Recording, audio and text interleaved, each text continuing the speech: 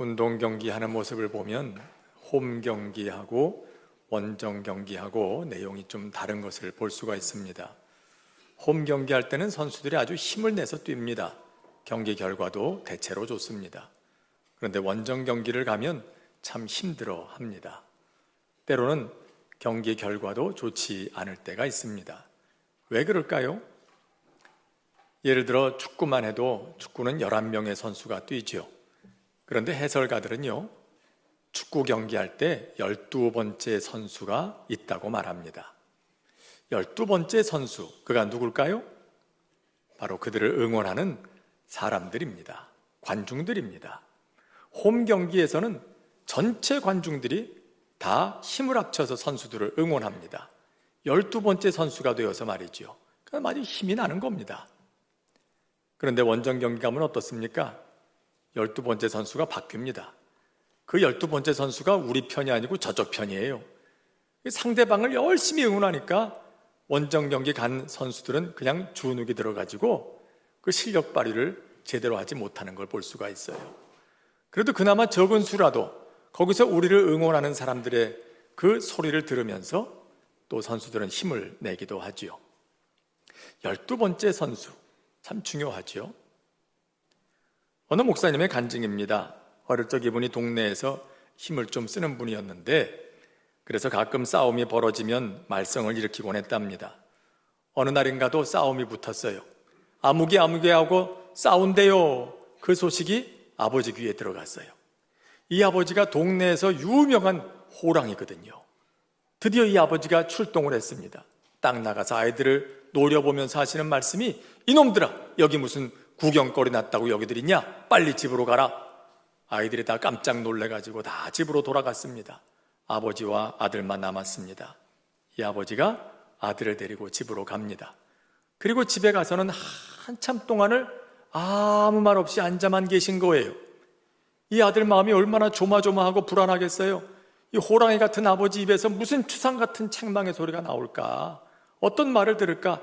그러고 있는데 한참 만에 아버지가 입을 떼시며 하시는 말씀은 이거였어요. 다친 데 없냐? 없습니다.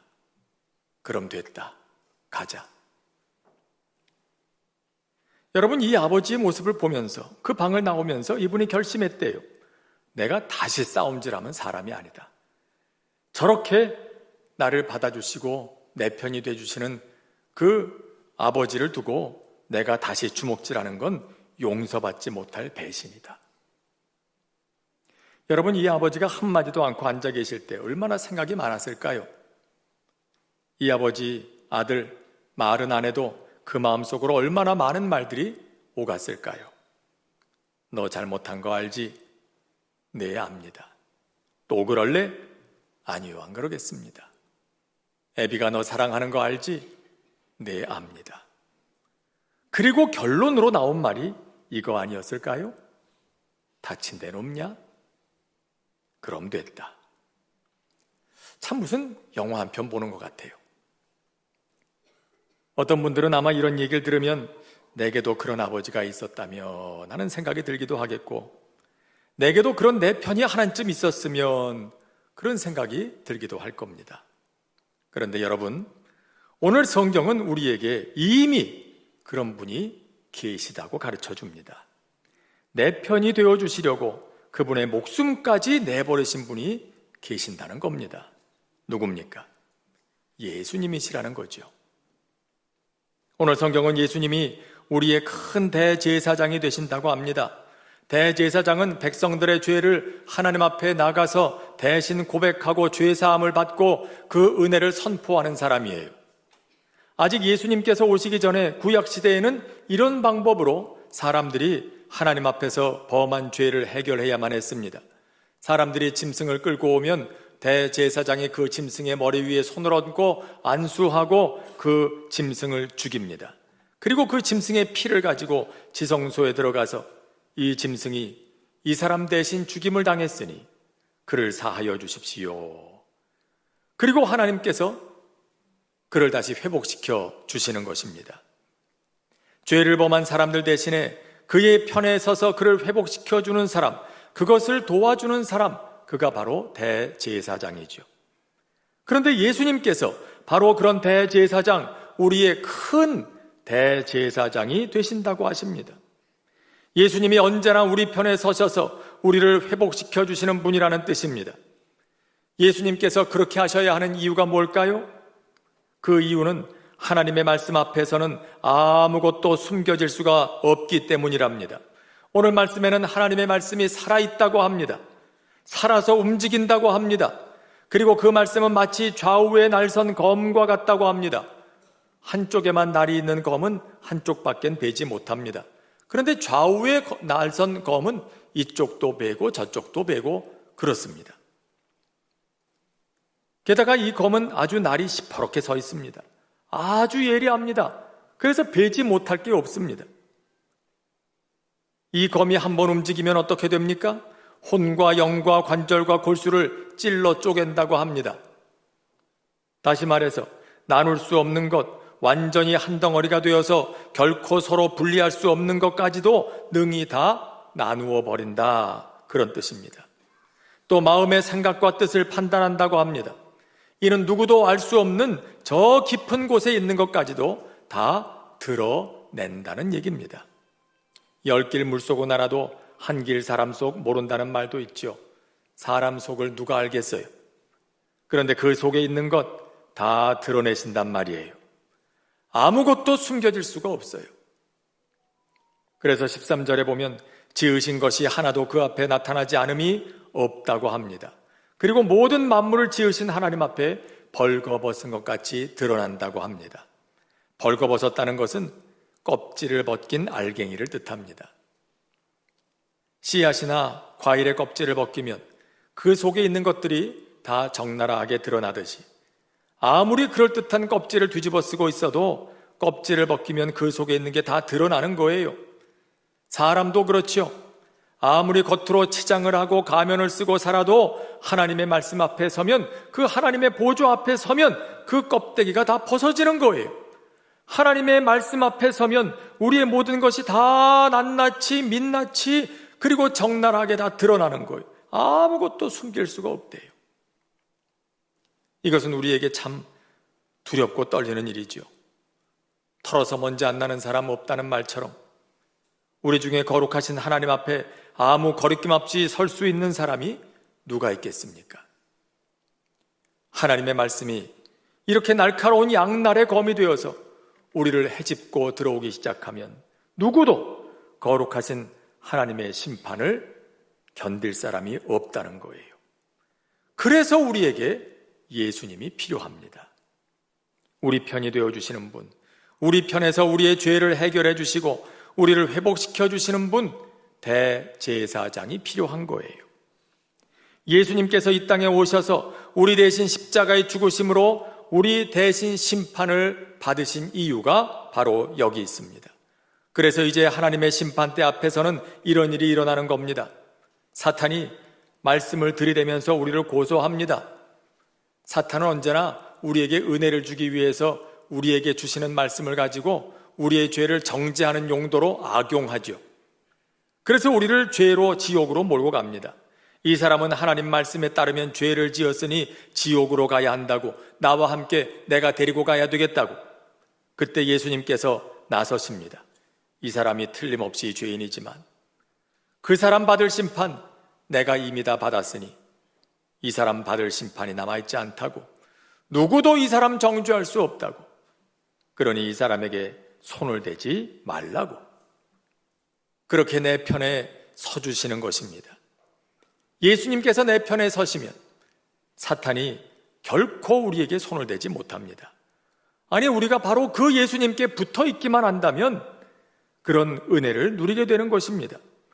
그래서 성경은 말씀합니다. 그러므로 이제 그리스도 예수 안에 있는 자에게는 결코 정죄함이 없나니 이는 그리스도 예수 안에 있는 생명의 성령의 법이 죄와 사망의 법에서 너를 해방했기 때문이다.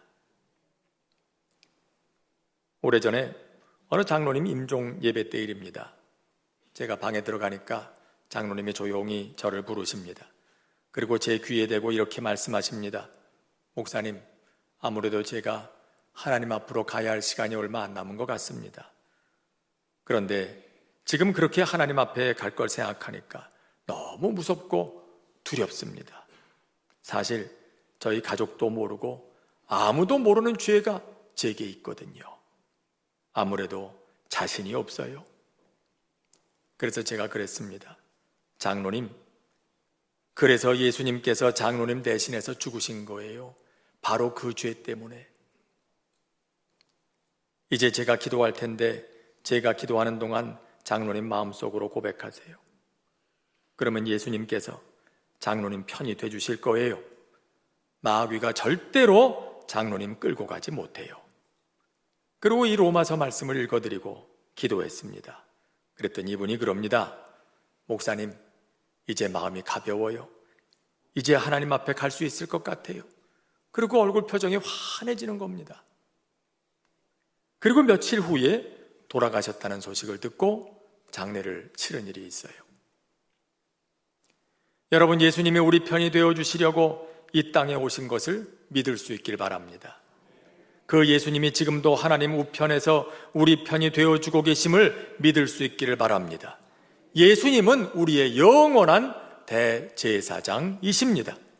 그럴 때 우리에게 어떤 일이 일어날까요? 전에는 우리가 나아가는 하나님의 보좌가 심판의 보좌였습니다. 심판 때 좌우에 날선 검이 우리의 모든 것을 드러내서 심판에 이르게 하는 두려운 심판의 자리였습니다. 그런데 이제는 그 보좌가 은혜의 보좌가 되었다고 합니다. 그리고 그 보좌 앞으로 나아가면 때를 따라 돕는 은혜를 얻게 됩니다. 때를 따라 돕는 은혜란 원문 성경에는요, 때에 맞는 도움이라고 기록이 되어 있어요. 다시 말해서 이제 우리가 예수님을 신뢰하고 그 보좌 앞으로 나아가면 우리의 삶에서 하나님의 도우심이 필요할 때마다 그때 딱 맞는 적절한 도움의 손길을 얻게 된다는 뜻입니다. 그래서 부지런히 그 보좌 앞으로 나아가라, 그렇게 말씀하시는 거죠. 지난 주간에 소망교회 원로이신 곽선희 목사님 모시고 그 제자 목사님들이 모여서 말씀을 듣는 시간이 있었습니다. 올해 92이 되셨는데요, 40여 분간 그분이 지나온 날들을 회고하시면서 간증하시는 말씀을 들었어요. 전에 저희가 이런 모임 가졌을 때는요, 주로 목사님 강의를 들었거든요. 설교는 이렇게 해라, 목회는 이렇게 해라, 이건 이렇게 해라. 그런데 이날은요, 목사님이 오늘은 내가 다른 강의 준비 안 했습니다. 오늘은 제가 지나온 날들을 한번 여러분 앞에서 회고하고 간증해 보려고 합니다. 그래서 지나온 날들을 쭉 말씀을 하셔요. 그러면서 그 말씀을 마치시고 문득 이 찬송을 부르자 그러시는 거예요. 222장, 우리 다시 만날 때까지 하나님이 함께 계셔. 다시 만날 때 예수 앞에 만날 때 그때까지 계심 바라네. 갑자기 이분이 왜 이 찬송을 부르자고 하실까 생각해 보니까 이제 아마 천국 가실 준비를 하고 계신가 보다. 이제 여기서 못 만나면 예수 앞에 가서 만납시다, 그 말씀하시는 거죠. 그 생각을 하니까 마음 한구석에 찡하더라고요. 그런데 그 말씀 중에 이런 얘기가 있었어요. 목사님 벌써 묘비에 적어 놓을 글을 미리 정해 두셨대요.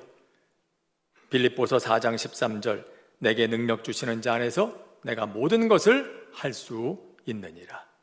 이걸 묘비에다 내가 꼭 적어야겠다, 그렇게 늘 마음에 품고 계시는데 여기엔 사연이 있어요. 왜 그렇게 생각하시게 됐는가? 이분이 함경도 분이시거든요. 6.25 때 백령도를 통해서 남쪽으로 내려오셨는데 그때 일이랍니다. 남으로 내려오는 사람들을 쭉 줄을 세워놓고 그 중에서 공산군을 골라내는 거예요. 그런데 목사님 차례가 됐습니다. 그래서 말씀하셨답니다. 저 예수 믿는데요. 그러니까 검사하던 군인이 이렇게 얘기하더래요. 그래? 그럼 너 성경 외워봐. 다짜고짜 그러더래요. 목사님이 갑자기 성경 외우라니까 머릿속이 하얘지면서 당황하게 되시더래요. 큰일 났다. 내가 무슨 말씀을 어떻게 외워야 되나? 내가 외우는 말씀이 뭐가 있지? 순간 기도가 나오더라는 거죠. 하나님, 날 도와주세요. 내가 어떤 말씀을 외울 수 있을까요? 이 사람 성경 말씀 외우라는데. 근데 문득 언젠가 외워두었던 이 말씀이 떠올랐다는 거예요. 빌립보서 4장 13절. 내게 능력 주시는 자 안에서 내가 모든 것을 할 수 있느니라. 그 말씀을 딱 암송해서 외우니까 그걸 듣고 군인이 오케이 가라고, 그래갖고 나왔다는 거예요. 또 이어지는 얘기가 이런 게 있어요. 목사님이 북한에 계실 때 일입니다. 그러니까 어릴 때 얘기죠. 수요 예배를 마치고 저녁에 찬송을 부르면서 집으로 오는 길인데 갑자기 경찰이 그를 붙잡더니 가자구로 달합니다. 광산에 있는 강제노동 소용소로 끌고 가는 겁니다.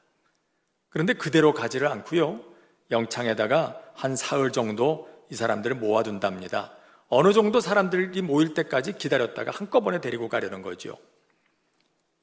목사님이 하도 기가 막혀서 앉아있는데 오후 3시쯤 돼서 거기를 지키는 사람을 보고 말했답니다. 그 북한이니까 이렇게 불렀다죠. 동무, 나 예수 믿는 사람이요, 난 거짓말 안 합니다. 딱 3시간만 내가 나갔다 올 수 있게 해주세요. 여러분, 이 말을 들어줄 수 있겠어요? 붙잡아 온 사람 3시간 풀어주면 그 사이에 도망가면 어떡하려고 이거 풀어주겠어요? 근데 신기하게도 이 사람이 하나님이 그 마음을 감동하셨는지 순순히 풀어주더래요. 그래서 감옥 밖으로 나가서 3시간을 보냈는데 집으로 갈 수는 없고 어디로 갔겠습니까? 교회로 갔어요. 교회 들으니까 저 앞에 목사님이 평소에 치면서 찬송 부르고 하시던 풍금이 하나 딱 있어요. 그 풍금 앞에 앉아가지고 찬송가를 치면서 한참을 찬송을 부르는데 그 찬송가가 이거였대요. 내 주여 뜻대로 행하시옵소서. 살든지 죽든지 뜻대로 하소서. 이분의 기도죠. 주님, 나 이제 강제노동 수용소 갑니다. 거기서 내가 죽을지 살지 모릅니다. 주님 뜻대로 해주세요. 죽든지 살든지 이제는 주님의 뜻에 맡깁니다. 그렇게 찬송을, 기도를 담아서 3시간을 목이 터져라 불렀어요. 그리고는 어떻게 했겠습니까?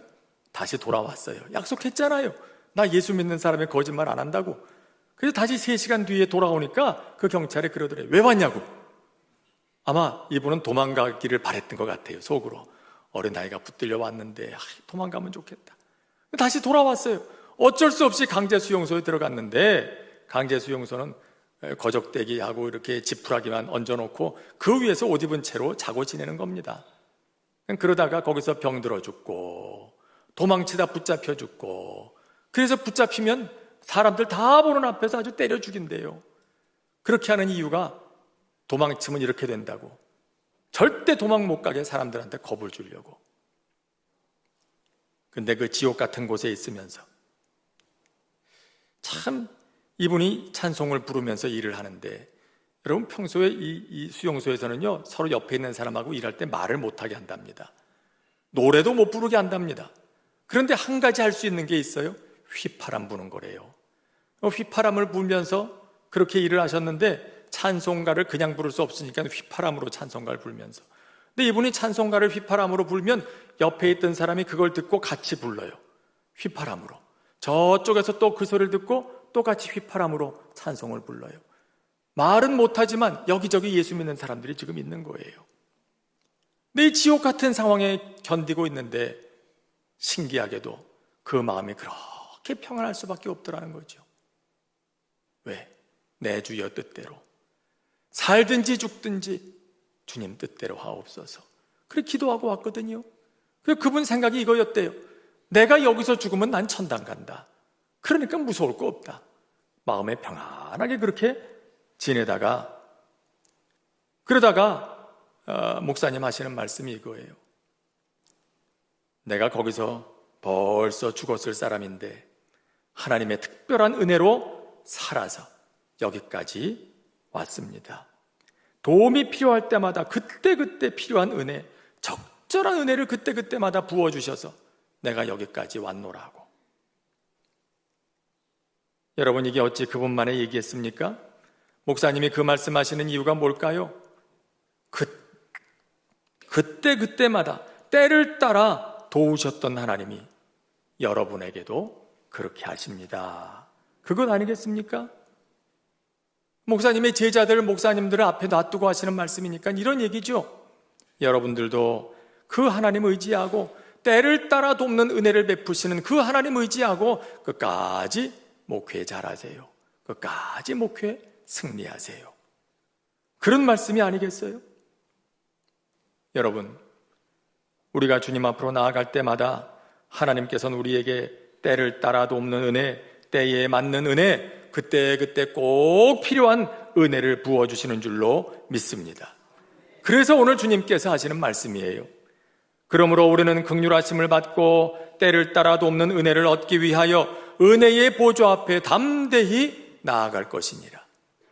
은혜의 보좌. 전에는 이 보좌가 심판의 보좌였죠. 그런데 이제는 은혜의 보좌입니다.